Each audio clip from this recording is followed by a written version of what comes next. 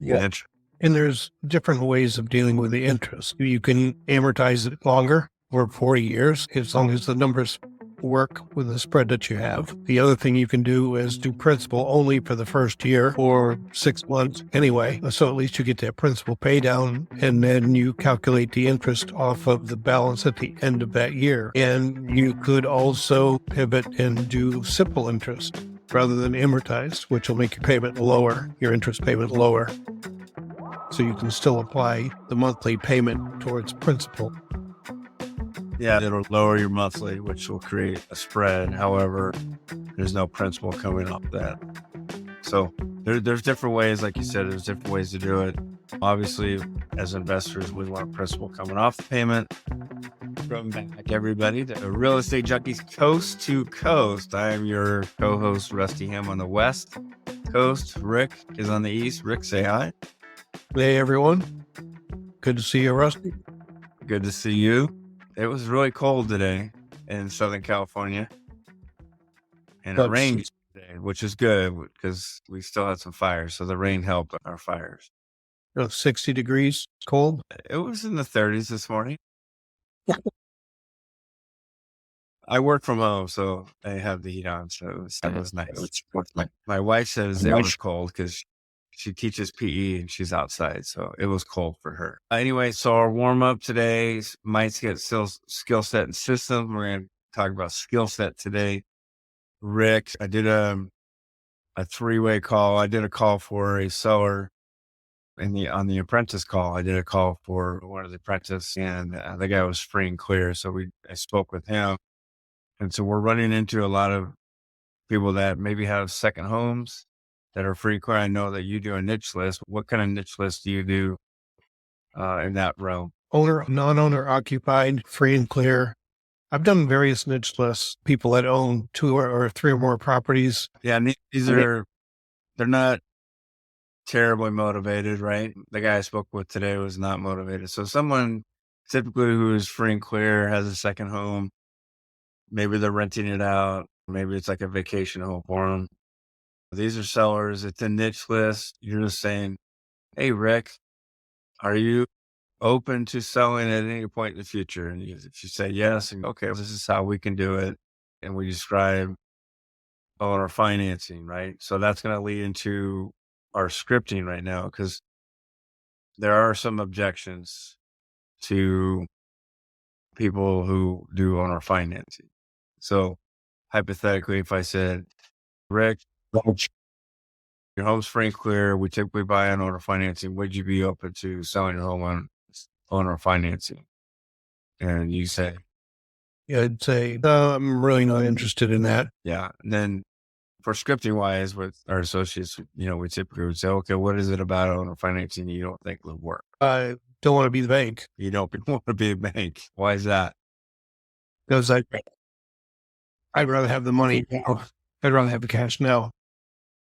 Okay. So you're needing or wanting the money now in order to do your next project or buy another home. That sounds like I don't really necessarily need it, but I'd rather have it. All of it or just some of it? At least 50% of it. Okay. So there's a scripting for everybody.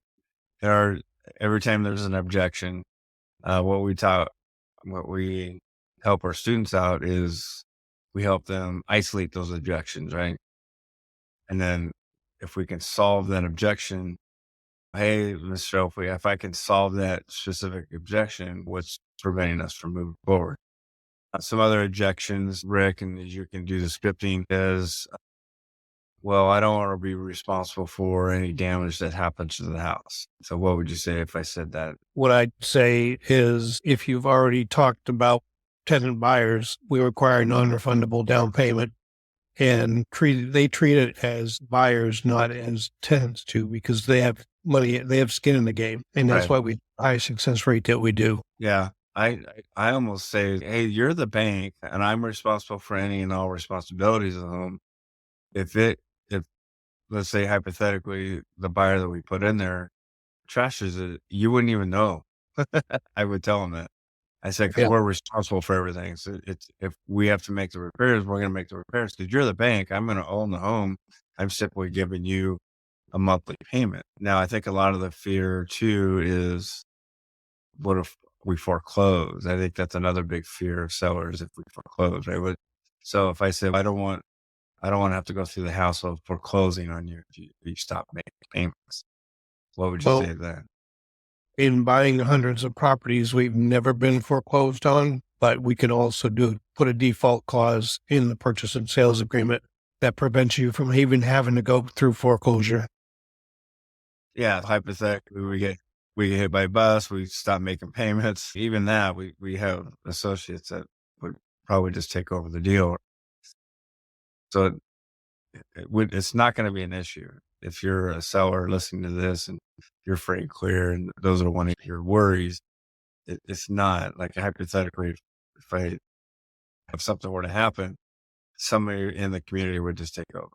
But we can put a default agreement in there if it helps you sleep at night, where if we just stop making payments, then you don't have to go through the foreclosure process. You just get the house back, and you get to keep all the money that we've given you thus far, right? Hmm. All right. So, Yeah, it's so a no those are, brainer. what's that? It's a no brainer. No brainer. Yeah. Another objection pick is, I'm 85 years old. I don't want to, I don't know if I'm going to be alive for that long, because most of our owner financing deals are, we want at least minimum of 5, sometimes a 4, but we usually will structure a 5-year deal, balloon payment. And if I'm 85 and I say, I'm not going to live that long, That's that's an objection, right? that's one of the major reasons why people do owner financing, because it's for estate planning and tax purposes, whether it's spreading out capital gains or you want the money to go on to your siblings in your family. Yeah. I mean, so the all objections that we hear all the time, right? And again, we just want to try to isolate those objections and move on to the next question. Okay, what else you got? What other worries do you have? So a lot of it is, I'm too old. What if you foreclose? What if you trash the place? All these things. Again, sometimes I tell the sellers, if it's a good conversation, and the conversation is flowing, I'll describe to them, if you go to any metropolitan area, LA, New York, Chicago, the tallest buildings in the city are owned by banks. It's Mhm. okay, across it says Citibank, on the tallest building in the city. So I'm not sure why they don't want to be the bank, because I would want to be the bank, charge interest on somebody and just receive a monthly payment. We do describe it as an annuity sometimes, right? So sometimes we'll say, we're going to agree on a price, we're going to agree on a monthly payment, we're going to agree on a length of term. You're in first position acting as the bank. It's almost like an annuity payment, right? You're just receiving that monthly payment, and then we cash you out on or before 60 months. So let's get into the actual components of owner financing, because what we want and what they want sometimes are completely, Usually different. usually different. And then sometimes, so what happens is sometimes we'll meet in the middle, and we do the owner finance. Quadrant. We do 4 quadrants. Quadrant 1 is price. Quadrant 2, I always do monthly, but you always do term, but I do monthly as quadrant 2. Quadrant 3 is what? Term is one of them. Term would be 3. And then we always say it's the elephant in the room. Quadrant 4 is the down payment, Okay. right? Yeah. In our community, we try to buy homes with no money down. And that's ideal. So price usually is the biggest thing for sellers, right? Because I always say this to everybody. They put it on Zillow. What first thing is this big old number. So price is always the issue, right? Price is always what they want. If they're savvy enough, though, however, some of them will want interest for their monthly, and or they want a down payment, right? And what's most important, Yeah. So scripting wise, so owner financing, again, it's free and clear. The house has no mortgage on it. We've talked about it in the past. We've done owner financing on sub 2, which is the equity that they have left over. after the mortgage. But this is a free and clear home. We agree on a price, we agree on a monthly payment, we agree on a term. That's the three that we talk to the sellers about. And then if they bring up down payment, then we say, okay, out of those four numbers, Rick, the price, the monthly, the term, the down, what is the most important? Because we're not going to be able to give you all four. And I said that in the call today. I said, I'm not going to give you all four. Which one's most important? He goes, and he just responded, I'm not sure. What's important to you? So my scripting was, we typically do principal only for, why would we do principal only? What would be the benefit to the Well, seller?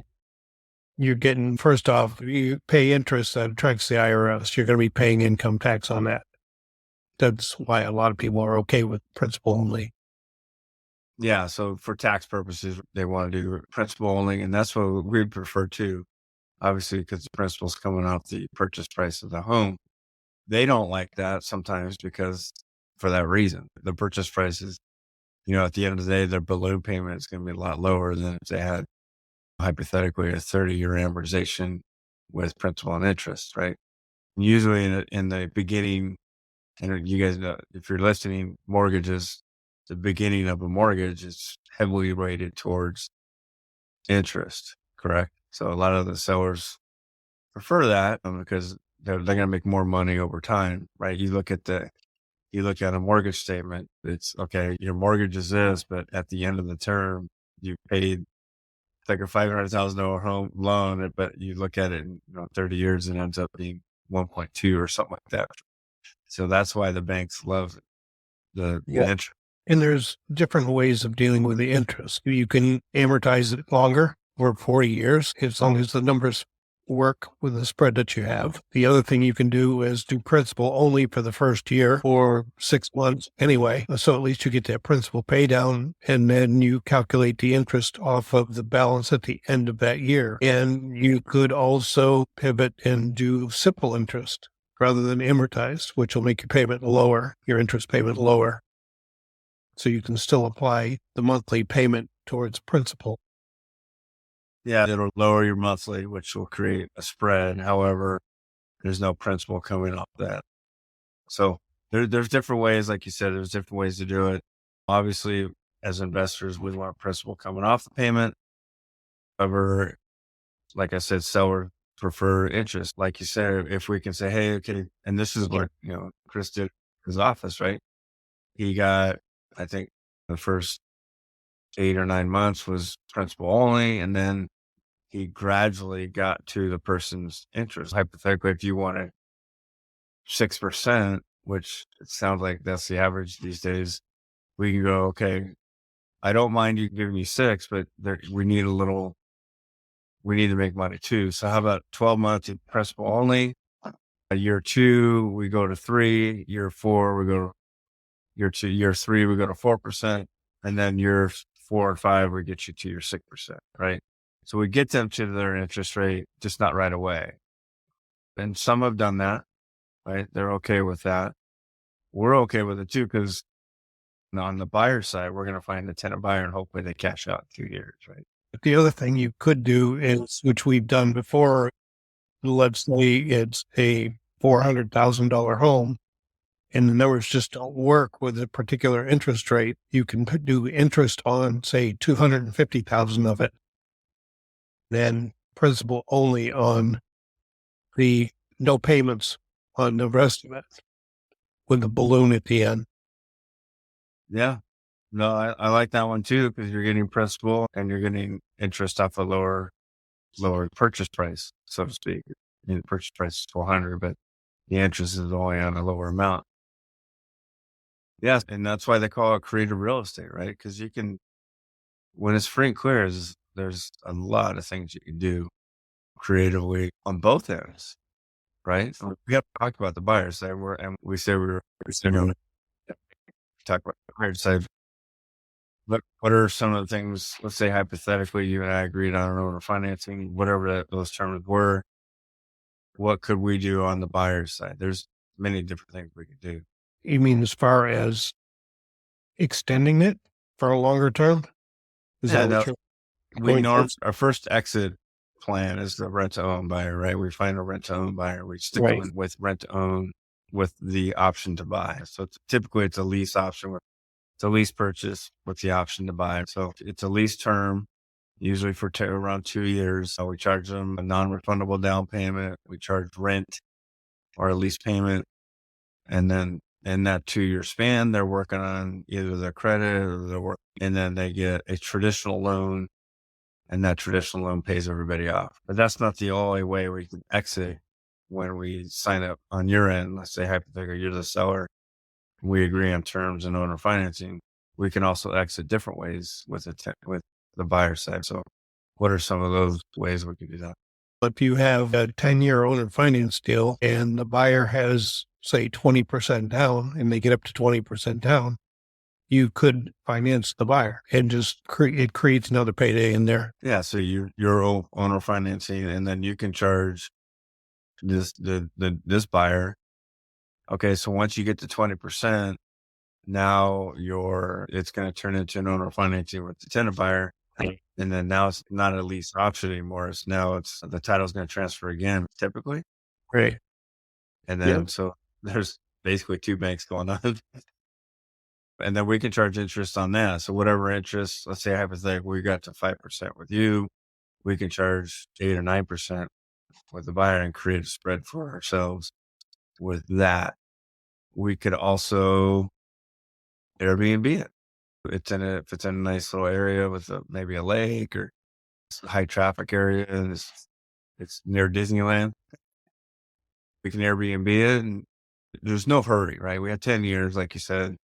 We could rent it if we wanted to. Hypothetically, if we couldn't find a lease option tenant buyer and we need to start making those payments to the seller, we could just rent it traditionally, right? Yeah. Good stuff. That's our owner financing game plan. Let's pivot to our cool down, Rick. You just came back from the in the trenches boot camp. Yeah. Rhode Island. Another success, right? We had a few who upgraded or joined the community, right?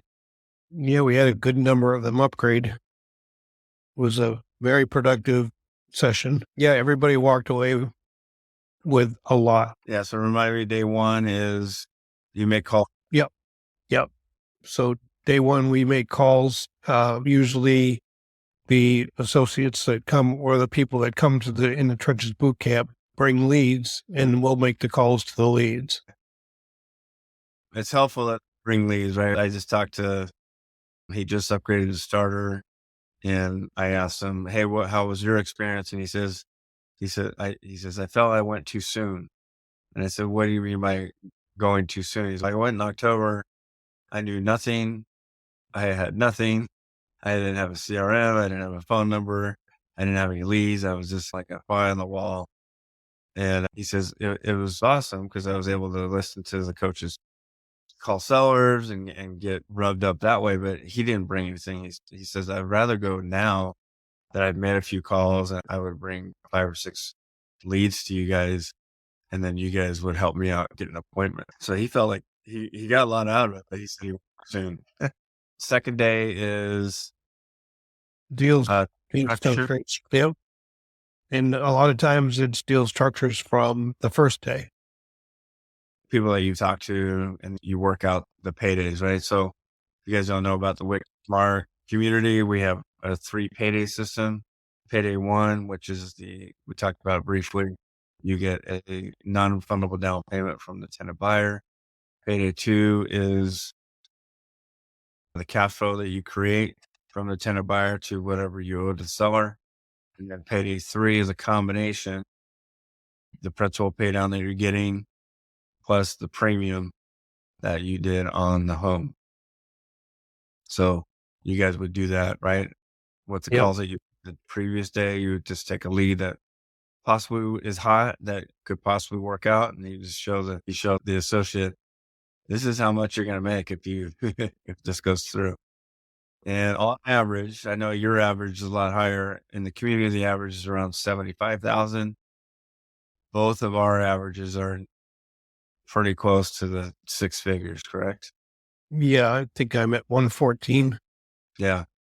And again, this is over time. It's not 114 right off the bat. So I make sure everyone understands that if we get a house under contract, we're not getting $114,000 up front. This is over time. We're going to get something up front. We're going to get some money every month, and then we're going to get money on the back end when it closes. The third day, Rick, is a shorter day, right? It's not Yep. a full, Yep. but you guys do it.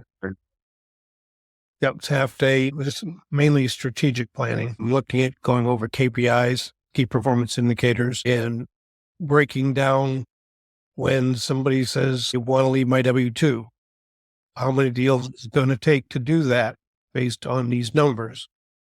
Say it's 4 deals. Okay, to get 4 deals, you need this many appointments or this many offers. To get that many offers, you need this many appointments. To get that many appointments, you need this many leads. To get this many leads, you need this many live calls. And then ultimately how many dials you need to make to get the live calls. Yeah, I think you're currently doing that with Jessica Johnson. Jessica was on episode 17 with us. I think she's like a beta that you're working with her to see when she can leave her W-2, right? Yep. Yeah, so that's awesome. So that's what we do for you guys. If you want to leave your W-2, join the community, get some deals, and we will show you how I left my job, how Rick left his job, how Mike left his job. All the coaches we're running our own businesses at this point. So if you want to join the community, go to the link in the show notes, get a strategy call, or you can try to do this on your own, which is QOS. And that's also in the show notes. You can click on that. If you guys don't know too, Rick, I'm springing this on you. In the show notes, I have a link to a free ebook. So if you're listening and you want to just read up on creative real estate, on all the 4 game plans that we've talked about, you can click on that ebook and that will walk you through each and every game plan that we have and how it operates. So click on that link and get your free ebook today. Any parting words before we get out here? There's been a lot of activity in our community, and I don't know what it is, but it's different than normal. It seems to have picked up, and a lot of people have a lot of activity going on. Yeah, I think it could have been some tweaks that we made in our coaches call as far as accountability. We let some things slide last year as far as keeping track of numbers. You just mentioned it. Going over KPIs is super important, and going over their why. You've talked about the why many times. So we remind them of their why, and we remind them of numbers that they need in order to achieve that why. And because we're like keeping track of it now and holding them accountable. Okay, what was your goal last week and what did you do this week? They're coming to the coaches call with it's almost like they don't want to sit there, but they're twiddling their thumbs with 0 numbers. So they're actually active. And we also do a weekly report that you and I did, Rusty, a couple of weeks ago about the 8 traits, and they know they're going to get called out if they didn't submit their weekly report.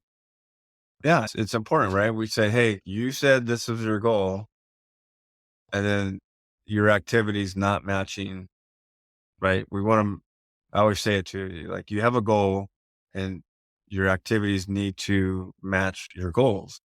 Now, if you're not matching your goals, we need to change some things. We need to drop your goals so that your activity matches your goals, or we need to increase your activity to match those goals.